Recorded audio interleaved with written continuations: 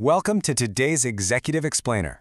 You know, if you're an analyst, a venture investor, or a corporate leader, keeping pace with artificial intelligence right now isn't just about casually reading the daily news anymore. It's honestly about surviving a massive paradigm shift. So today we're extracting the absolute most critical signals straight from the Next in AI newsletter to give you a comprehensive 360-degree market overview. We're taking a huge volume of today's market-moving developments and distilling them down into a rapid-fire strategic briefing that you can actually act on. We're actually kicking things off today with a pretty profound macro catalyst. Pope Leo XIV has just released a major document called Magnificat Humanitas, and it's basically a manifesto warning against unconstrained technological power, with a really heavy focus on safeguarding the human person in the time of artificial intelligence. Now, for the enterprise sector, this isn't just some abstract philosophical or theological debate. It's a massive leading indicator of the global regulatory and ethical guardrails that are coming our way. It's a very firm reminder that long-term capital deployment has to fundamentally account for the human element if it wants to remain viable. So, to cut through all the noise and respect your time, we've organized today's briefing into 4 actionable areas. 1. Society, ethics, and governance. 2. The rise of agentic AI. 3. Infrastructure and compute. And finally, 4. The human-AI workplace. Let's dive right into Section 1, Society, Ethics, and Governance, essentially the macro environment. 5 million. That's a huge number, right? Well, that is the exact number of job postings in Beijing from 2018 to 2024 that researchers just analyzed to track the true economic footprint of generative AI. They've built this incredibly detailed neighborhood-level exposure index that proves this tech is actively reshaping intra-urban inequality as we speak. So this isn't just some theoretical white paper modeling potential outcomes anymore. We are looking at hard empirical data on how automating high cognitive tasks alters the entire socioeconomic fabric of a city. For corporate leaders and real estate investors out there, the implications are staggering. If AI can automate specific tiers of knowledge work, it fundamentally shifts where people need to live, where they spend their money, and ultimately commercial real estate valuations across entire metropolitan areas. And you know this underlying socioeconomic tension? It's rapidly pushing real-world governance into overdrive. OpenAI is already deploying specific 2026 global election safeguards to try and boost platform transparency. But beneath the surface of these high-profile elections, there is this much deeper epistemic risk that researchers are now calling reality laundering. See, when AI safety guardrails are dialed up super strictly, they create this vast gap between the messy, complex real world and the heavily filtered reality the AI is actually permitted to generate. The user is the one who loses out, getting fed a sanitized version of facts that shifts their very understanding of reality. Add to that the findings from new synthetic network simulations, which prove that amplification, not just the initial release of a narrative, is the true weapon in AI influence operations. The information war has basically become fully automated at this point. So how on earth do we build autonomous systems that can safely navigate these deep, contextual risks? While researchers are urging a massive shift in how we approach alignment. They're saying we need to move away from simplistic binary moral judgments, those typical black and white guardrails that just immediately break down in complex, real-world scenarios. Instead, the focus has to shift to ethical pluralism. Autonomous systems desperately need to understand diverse contexts. What's considered an acceptable output in a rapid medical triage setting is obviously vastly different from a customer service chatbot processing shoe returns, right? Context is the absolute new frontier of AI safety, and binary rules are simply too fragile for actual deployment. All right, moving on to Section 2, the rise of agentic AI, or the application layer. This right here brilliantly illustrates exactly where capital and focus are flowing right now. We are moving way past AI acting as a simple co-pilot giving you friendly advice. We're talking about autonomous agents, acting as a digital workforce, executing highly specialized workflows. Look at enterprise engineering. Cisco is heavily using OpenAI's Codex to automatically hunt down and fix software defects. Over in finance, Robinhood just launched Agentic trading, literally allowing retail users to connect their own custom AI agents to actively manage complex portfolios around the clock. Warp is taking software development to the next level by coordinating multiple open-source coding agents using GPT 5.5. Meanwhile, you've got niche platforms like Crete and Thrive deploying self-improving tax agents that adapt to changing tax codes on the fly. AI is no longer a chatbot. It's a specialized team you deploy to get things done. And the commercial applications are getting radically innovative. Take Parastore, for example. It's a newly launched open-source 3D retail simulation. And get this, there are no real humans involved. Instead, LLM-powered synthetic consumers physically navigate the virtual aisles and make autonomous purchase decisions. Turns out, even our digital avatars love window shopping.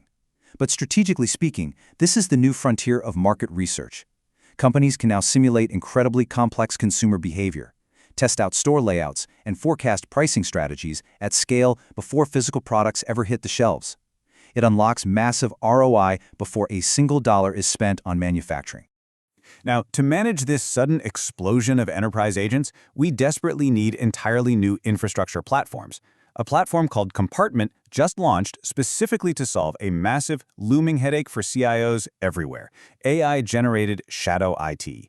Think about it. When every single department can spin up their own coding agent to build a custom tool, you suddenly have thousands of undocumented, unverified applications just floating around the corporate network. Compartment gives enterprises a secure, centralized, and self-hosted runtime. It lets teams safely run, manage, and share all these disparate internal apps and scripts being cranked out by their digital workforce. It basically brings order to the chaos without stifling innovation. Which perfectly brings us to Section 3, Infrastructure and Compute. This is the hardware race.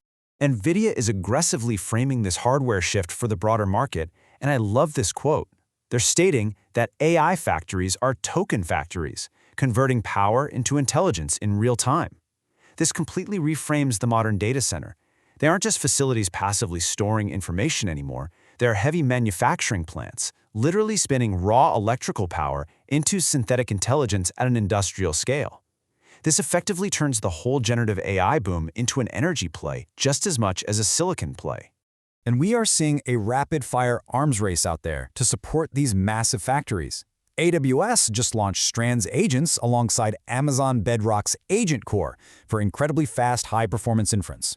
On the totally opposite end of the spectrum, Hugging Face just dropped Reachy Mini, which is a fully local model, proving that edge computing is going to be just as critical as the centralized cloud. But amidst all the hype, new benchmarks like IT Bench AA provide a pretty sobering reality check. The absolute best frontier models still score below 50% on complex multi-step enterprise IT tasks. So we're building the data highways at breakneck speeds, but the autonomous cars still heavily struggle to drive themselves in real-world traffic. Still, the scale of this infrastructure is just staggering: 1 trillion. That is the number of parameters Hugging Face successfully shipped using delta-weight sync in their TRL framework. To put that into perspective, we are pushing the absolute physical boundaries of what distributed neural networks can hold. It requires this incredibly intricate software ballet just to sync the weights properly and keep the physical hardware from bottlenecking under the sheer size of the model. So to fuel this trillion parameter demand without bankrupting startups, researchers are proposing ingenious decentralized protocols like Swarm Harness. Because there's a massive, highly centralized compute bottleneck right now, Swarm Harness acts almost like an Airbnb for processing power. It identifies unused GPU cycles on everyday personal and edge devices, and then securely routes skill-based tasks to them. It bypasses the centralized cloud marketplaces completely, creating an incentive-aligned, decentralized network of raw compute that really democratizes access to hardware. Finally, Section 4, the human AI workplace. Let's look at the friction and the impact. A really striking paper just came out on software developers' well-being, and it exposes a very real, very deep duality in our modern workflows. Yes, generative AI undeniably accelerates productivity and raw output. It lets workers push code or draft reports faster than ever before. But on the flip side, it simultaneously amplifies cognitive load. It creates entirely new, draining forms of oversight labor. We're shifting away from the inherent satisfaction of physically doing the work ourselves and moving instead toward the exhausting, perpetual state of managing, reviewing, and correcting the machine that's doing the work. And we're seeing this exact human-machine friction ripple across pretty much all sectors. Auto scientists are now self-organizing to manage long-running lab experiments, which is fundamentally changing what it means to even be a researcher. Developers are heavily relying on AI to restructure dense, complex open-source onboarding documents just to survive the sheer cognitive overload. But here's the real kicker. Recent interviews reveal that AI is fundamentally shifting how IT and healthcare workers perceive what sociologists call job decency. When your daily labor transitions from actually applying your hard-earned expertise to simply babysitting a bot, the inherent meaningfulness of the job degrades. For corporate leaders, this isn't just an abstract concept. This is a massive incoming retention risk that's going to dictate the future of your talent pipeline. Which leaves us with the ultimate risk management question drawn directly from today's scalable oversight research. As these agentic AI systems become increasingly autonomous, capable of extended planning and environmental interaction that far exceeds our own human capabilities, how will your organization maintain meaningful oversight? Are you managing the intelligence, or is the intelligence managing you? Definitely something to chew on as you deploy capital and structure your workflows this week. Thanks so much for joining today's Executive Explainer, and we will catch you next time.